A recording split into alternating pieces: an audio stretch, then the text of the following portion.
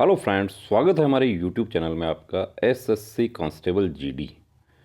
देखिए, जब आपका विज्ञापन निकला था उसमें ये बात साफ लिखी हुई थी कि आपका जो रिक्रूटमेंट है ये स्टेट यूटी की वैकेंसी के अगेंस्ट है, यानी कि आपको अपना स्टेट और यूटी जहां से आप आवेदन करते हैं आपको डोमिसाइल जो है सर्टिफिकेट वहां का देना होगा आपको। माइग्रेंट के लिए इसमें कुछ नियम है कि आप माइग्रेंट हो सकते हैं, दूसरे राज्य में आप जा सकते हैं, वहाँ पर आप जो एक्स सर्विस में एससी एसटी ओबीसी का जो कोटा है उसके बारे में भी बात होती है। ये जो कॉलम नंबर 14 और 15 है जिसमें गलती होने से कुछ कैंडिडेट्स की कैंडिडेचर रिजेक्ट हो गया, यानी कि उनका नाम नहीं आया।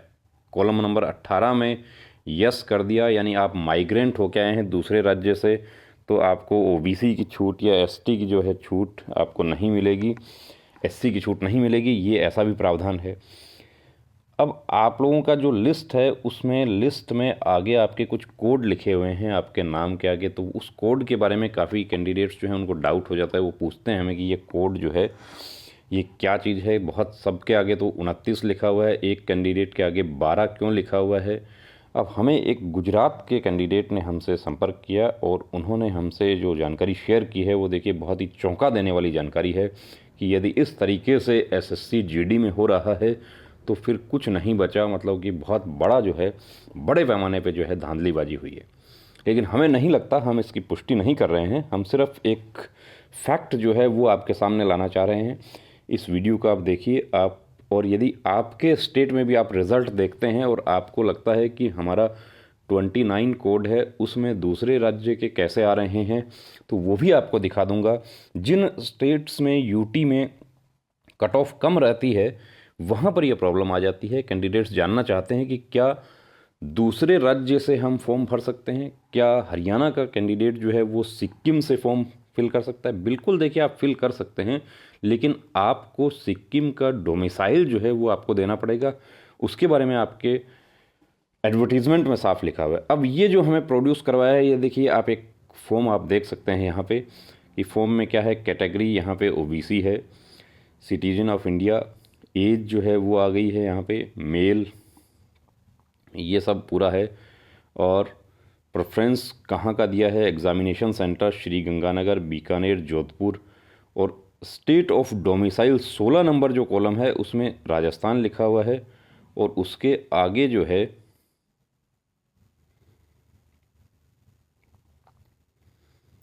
ये एक गुजरात के कैंडिडेट ने हमारे साथ में शेयर किया है, और वो जानना चाह रहे हैं कि क्या हमारे स्टेट से राजस्थान का कैंडिडेट भर्ती हो सकता है। बिल्कुल हो सकता है, लेकिन उसके पास में गुजरात का डोमिसाइल होना चाहिए। और यदि आप कंफर्म है, कॉन्क्रीट एविडेंस है आपके पास में कि ये कैंडिडेट जो है इनके पास में गुजरात का डोमिसाइल नहीं है, तो ये बहुत गलत हुआ है। इसमें ये गुजरात के जो कैंडिडेट हैं हमारे उनका हक मारा जा रहा है, तो और हक यानी जो है वो नहीं होनी चाहिए। फिर भर्ती प्रक्रिया का क्या मतलब हुआ कि जो स्टेट यूटी वाइज वैकेंसी बनाने का क्या मतलब हुआ इसमें।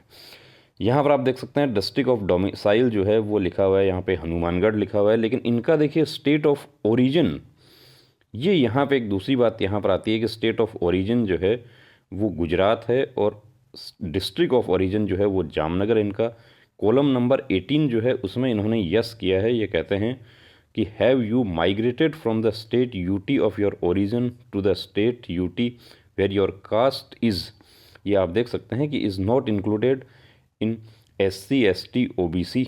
यस, अब इसमें भी एक जो है कानूनी खामी दिखाएंगे हम आपको कि जो 18 में जो आवेदन करता है वो ओबीसी में उसको सेलेक्ट नहीं हो पाएगा। यदि ओबीसी है या एससी है एसटी है, अब ये ऊपर फॉर्म हम देखते हैं ये ओबीसी हैं कैंडिडेट, ऊपर हम देख सकते हैं कि ओबीसी हैं ये। अब ये सेलेक्ट किस पर हुए हैं वो भी दिखाते हैं आपको। ये अपना राजस्थान का जो कट ऑफ है वो है। अब ये कैसे संभव है वो भी आपको बता दूंगा। देखिए संभव है ये कि ये राजस्थान का कैंडिडेट गुजरात के मेरिट में शामिल हो सकता है, लेकिन गुजरात की जो है, अब ये राजस्थान वाली लिस्ट में जो पेज है उसमें राजस्थान में इनका नाम आ रहा है, तो इसका मतलब ये राजस्थान की वैकेंसी खाए हैं। लेकिन राजस्थान की वैकेंसी पे सेलेक्ट होने के लिए ये यदि ओबीसी हैं तो इनको कितना मार्क्स होना चाहिए ये आप देख सकते हैं कि बॉर्डर डिस्ट्रिक्ट का है ये बीएसएफ का 81.88, और जनरल डिस्ट्रिक्ट का जो है वो बीएसएफ का हम देख सकते हैं कि ओबीसी के लिए 87.20270 और यही कट ऑफ है लगभग 87.20। और सबसे लास्ट यदि हम देखते हैं असम राइफल का तो वो अपना आता है 87.063। अब हम कोड की बात करते हैं कि जो आपका जो लिस्ट है उसमें जो आगे कोड लिखे हुए हैं वो आपके स्टेट कोड हैं। ये बहुत सारे कैंडिडेट्स को समझ नहीं आया था, वो अभी भी हमसे पूछते रहते हैं कि ये कोड, ये 29 मेरे नाम के आगे 34 क्यों लिखा हुआ है। 34 आप यूपी के निवासी हैं, आपने मूल निवास जो है वो यूपी का प्रोड्यूस किया है, इसलिए आपके नाम के आगे 34 लिखा हुआ है। चलिए आगे देखते हैं। अब जो ये गुजरात के जो साथी हैं हमारे, इनकी डाउट क्या है, इनका डाउट है वो भी आपको दिखा देते हैं। देखिए ये हरियाणा का 13 कोड है और ये उससे ऊपर गुजरात का है। ये देखते हैं हम, देखिए गुजरात, तो गुजरात का जो कट ऑफ है वो कितना रहा है वो देख सकते हैं हम कि गुजरात का जो बॉर्डर डिस्ट्रिक्ट का जो है वो बीएसएफ का 53 पे सेलेक्ट हो गया है और जनरल डिस्ट्रिक्ट का हम देखते हैं बीएसएफ में 57 पे रहा है। और सबसे नीचे असम राइफल, दूसरे पेज पे जाना पड़ेगा, असम राइफल जो है वो 55 पे रहा है। और यूआर में भी ये कैंडिडेट शामिल हो सकते हैं, तो यूआर में 56.52779। तो गुजरात में 56 और राजस्थान में 86, कितने नंबर का फ़र्क हो गया? 30 नंबर का फ़र्क हो गया। अब जो है कैंडिडेट को जो डाउट है, गुजरात के जो हमारे साथी हैं उनको ये डाउट है कि ये कैंडिडेट तो राजस्थान के हैं, ये गुजरात में कैसे सेलेक्ट हो गए, गुजरात के डोमिसाइल पे कैसे सेलेक्ट हो गए, या गुजरात का जो कोड है वो इनके नाम के आगे क्यों है। अब ये सेलेक्ट हो सकते हैं, बिल्कुल सेलेक्ट हो सकते हैं। कैसे हो सकते हैं? यदि इनको मार्क्स जो है वो राजस्थान के कट ऑफ से मार्क्स इनको ज़्यादा है, इनको 87 मार्क्स है, तो ये बिल्कुल सेलेक्ट हो सकते हैं, कोई प्रॉब्लम नहीं है।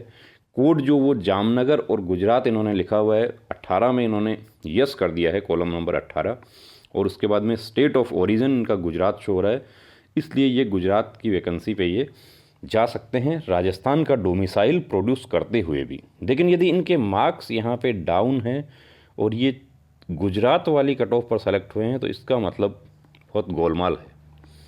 पूरा प्रूफ, कॉन्क्रीट एविडेंस हमने दिया है आपको, आप खुद देख सकते हैं। अब ये रिज़ल्ट जो है, देखिए रिज़ल्ट शीट पर ये थोड़ा साफ नहीं आया, तो मैं आपको दिखा दूं कि ये पेज नंबर कितना है। ये पेज नंबर है लिस्ट नंबर 2 में, आप जाइए पेज नंबर 118 पे। अब ये देखिए, ये जो सबसे पहले जो कैंडिडेट हैं ये हैं 5851 सीरियल नंबर,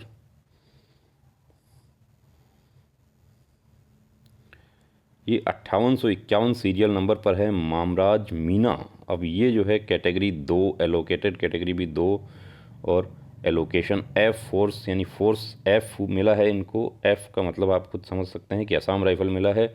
और एलोकेशन इनका क्या है, 29 है। इसके बाद विजय सिंह मीना जो है ये 2-2। अब एक कैंडिडेट ने, उन्होंने ही पूछा कि ये इसके आगे कोड क्यों नहीं है। देखिए ये कोड इसलिए नहीं है कि ये H में सेलेक्ट हुए हैं, यानी कि ये H कोड किसका है, H जो है वो SSF कोड है, तो ये SSF में सेलेक्ट हुए हैं, इसलिए इनके आगे कोड नहीं लिखा, क्योंकि SSF जो है वो तो राज्यवार भर्ती नहीं है, वो तो ऑल इंडिया भर्ती है। चलिए अब एक और देखते हैं। देखिए ये बैरवा, जितेंद्र कुमार बैरवा जो हैं, ये 1 SC 1 SC C, एलोकेशन इनका C हुआ है, 29 है। उसके नीचे दीपक कुमार जो हैं वो H यानी फिर SSF में सेलेक्ट हुए हैं, इसलिए इनके आगे कोई कोड नहीं है। और ये जर्नल और बॉर्डर डिस्ट्रिक्ट का भी इनका कोई वर्गीकरण नहीं होता है। अब इसी पेज में आप जाते हैं नीचे, तो आपको 5899 सीरियल नंबर, 240 ये रोल नंबर भी हमने लिखा है, 240 80 11 935।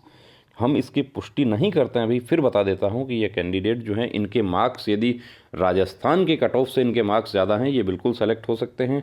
यदि इनका डोमिसाइल गुजरात का है तो ये सेलेक्ट हो सकते हैं, लेकिन दोनों ही काम नहीं है, ना तो गुजरात का डोमिसाइल है, ना राजस्थान के नंबर राजस्थान के कट ऑफ से ज़्यादा हैं, तो ये सेलेक्ट नहीं हो सकते। ये जो है गलत प्रक्रिया का ये इस्तेमाल हुआ है। यहाँ पे जो है दाल में जिसको कहते हैं काला नहीं, ये पूरा दाल ही काला हो रही है। अब ये आप देख सकते हैं यहाँ पर कि 12 इनके नाम के आगे जो 29 29 29 29 29 जो आ रहा था वो यहाँ पर एलोकेशन किस में हुआ है 6 यानी ओबीसी हैं। एलोकेशन किस में हुआ 9 यूआर में सेलेक्ट हैं, ए बीएसएफ मिला है और ये कोड जो है ये कितना है 12। अब देखिए जो गुजरात का जो साथी है हमारा उसको डाउट है, वो ये कहता है कि मैं तो बिल्कुल जो है टाई केस में रहा हूं और उन्होंने खुद से ये प्रूफ जुटा के हमें प्रोवाइड करवाए हैं। हमने इनको कहा कि आप हमें कॉल लेटर भी दीजिए, स्कोर कार्ड भी दीजिए, लेकिन वो उनके पास नहीं है। तो स्कोर कार्ड नहीं है तो सेलेक्ट हो सकता है, बिल्कुल सेलेक्ट हो सकता है राजस्थान का कैंडिडेट गुजरात में, लेकिन उसके 2 शर्तें होनी चाहिए। या तो उसका मार्क्स जो है वो 87 हो, यानी कि राजस्थान का जो 86.60 जो रहा है यूआर का उससे ऊपर हो, या गुजरात का डोमिसाइल हो। यदि दोनों ही चीज़ों में से कोई एक है तो बिल्कुल सेलेक्ट हो सकता है, कोई प्रॉब्लम नहीं है। लेकिन दोनों में से दोनों ही नहीं है तो फिर गलत हुआ है, फिर इसका सॉल्यूशन होगा और सॉल्यूशन में फ़ायदा किसको होगा, जो हमारा गुजरात का साथी है उसको फ़ायदा होगा। अब गुजरात के साथी को इसके लिए फ़ाइट करना होगा। फ़ाइट कैसे होगा, वो ऐसा है कि फ़ाइट जो है इसके लिए अप्रोप्रिएट फोरम में आपको फ़ाइट करना होगा। ये आपका एडवर्टीज़मेंट है, इसमें साफ ये बात लिखी हुई है। देखिए कि नोट 3 क्या कहता है कि all the vacancies have been allotted to the concern states UTs, candidates are required to submit domicile permanent residential certificate. Domicile कहाँ बनता है, राजस्थान में डोमिसाइल बनता है, लेकिन आसाम में पीआरसी बनता है। अरुणाचल में भी मुझे कंफर्म नहीं है, लेकिन शायद अरुणाचल प्रदेश में भी पीआरसी बनता है। Of the state UT indicated by them in the online application form at the time of DME, यानी इन्होंने राजस्थान डोमिसाइल स्टेटस में लिखा है, हनुमानगढ़ डिस्ट्रिक्ट लिखा है, तो इनका राजस्थान का डोमिसाइल चेक होकर डीएमई के समय ये गुजरात की मेरिट में कैसे आ गए, ये सबसे बड़ा प्रश्न है। यहाँ पे पूरी व्यवस्था पर यह प्रश्न चिन्ह बन रहा है। सेलेक्ट हो सकते हैं, 2 मैंने स्थिति बता दी, उनमें से कोई एक होती है कि 90 नंबर होंगे, बिल्कुल सेलेक्ट होंगे, कोई प्रॉब्लम नहीं है, राजस्थान की मेरिट में आ रहे हैं, लेकिन डोमिसाइल स्टेटस गुजरात का है, इसलिए माइग्रेंट होने की वजह से इनके नाम के आगे 12 कोड शो हो रहा है। या फिर इनको गुजरात का इनके पास में डोमिसाइल होना चाहिए, गुजरात का मूल निवास हो। Document verifications Fehling which his her candidature will be cancelled फोर्थविथ, ऐसे में रिजेक्शन स्लिप तुरंत दे दिया गया था। यदि किसी का डिस्ट्रिक्ट भी गलत हो गया, जयपुर के कैंडिडेट ने जैसलमेर डिस्ट्रिक्ट कर दिया, उनको भी रिजेक्शन दे दिया था, तो ये कैसे बच गए, इसका मतलब क्या है आपको खुद समझ सकते हैं आप। And the candidate will not be allowed to appear in the detailed medical examination if a candidate produces domicile permanent residence certificate issued by the state other than the state mentioned in his her application. She will not be allowed to change the state at the time of document verification and his her candidature shall be cancelled straightway. Candidates are therefore cautioned to fill application form very carefully. ये तो साफ लिखा हुआ है इसमें।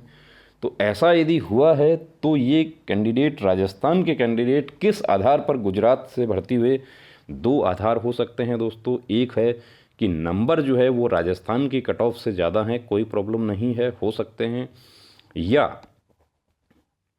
गुजरात का मूल निवास हो। यदि दोनों ही स्थितियां नहीं हैं तो ये बहुत ही गदर फंड हुआ है, और यदि ऐसा हुआ है तो फिर ये पूरी भर्ती प्रक्रिया जो है इस पर ही सवाल या निशान खड़े हो जाते हैं।